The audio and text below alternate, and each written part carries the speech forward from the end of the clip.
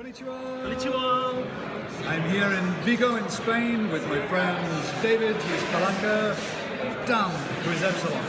We're going to make a short video explaining the rules for infinity movements.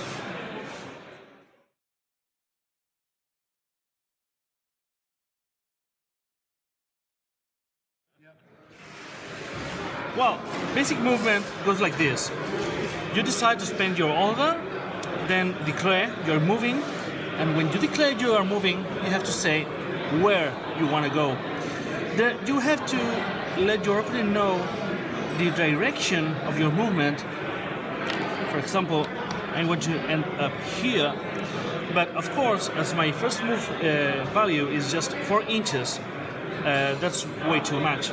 Once I measure, that's when I get to know, well, I'll end up really. So I would end up here, then we retire everything else. That's when the arrow comes in and everything else goes on.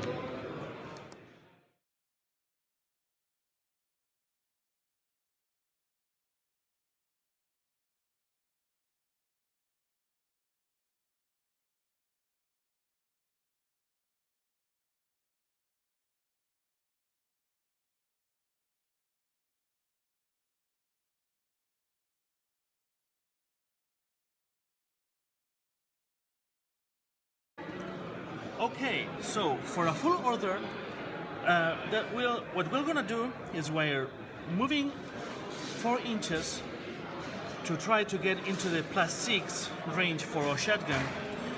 But what we do is, as before, declare the direction of our movement. Then we move 4 inches.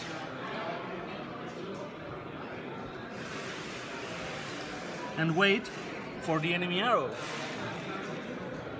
In this situation, my arrow would be to shoot. Okay, of course. You shoot, and then before measuring, I decide if I want to shoot back, if I want to dodge, or if I want to keep moving. As I guess I have the +6 range, I'll try to shoot too. Then comes the measurement. Unluckily for me, my enemy is outside the +6 range, so it won't be such an easy outcome.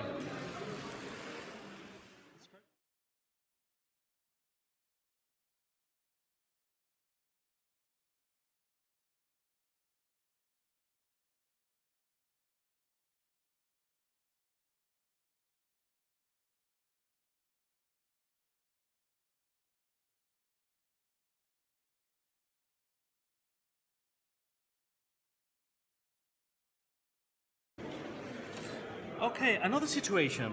Let's say I want to go and move my Moret so I get cover from the container before shooting my enemy. I can declare that's what I want. When I move, I place a marker to make it clear to my opponent. I want to go there and have cover. I can assure myself by going down, looking, and trying to have a clear idea of what's going on. But I can ask him, please, move my figure so I can have cover when I end my movement. That wouldn't be fair. I have to make sure by myself, asking my opponent for his opinion, but deciding by myself where do I have to move my miniature. After I end moving, then comes the arrow. My opportunity to move back has passed. I have to rely on my own guess and let my opponent decide.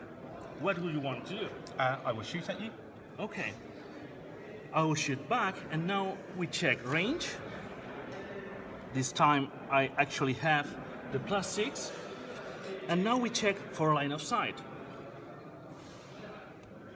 Here's where our silhouette marker is very helpful. I'll try to use this to replace my model.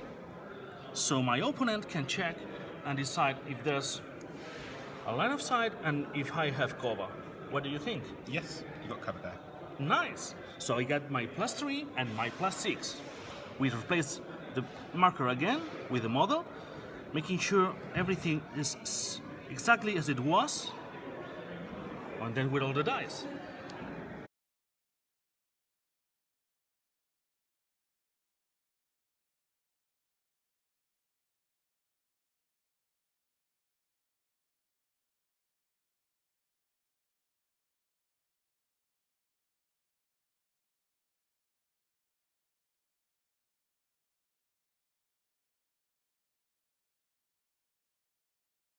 So in this last situation, I want to move my moret so I can slice the line of sight, so my target loses the cover.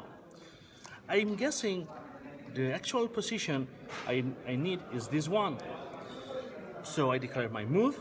I say to my opponent, I'll move here, then I'll go back here. Then I measure my movement.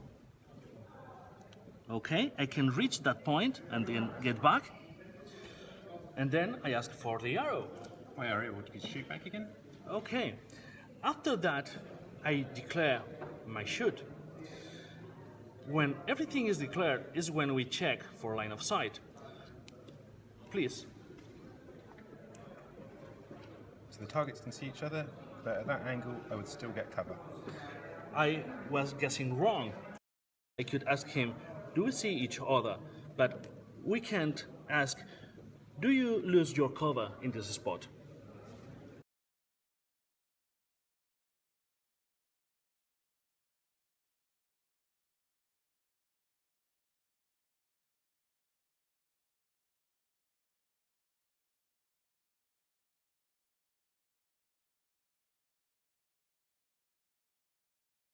Thanks for watching. I hope that this explains some of the rules that might be difficult when they're translated to another language. And we hope that Japanese players will come to Spain next year and compete with us here at Interplanetario 2018. Sayonara!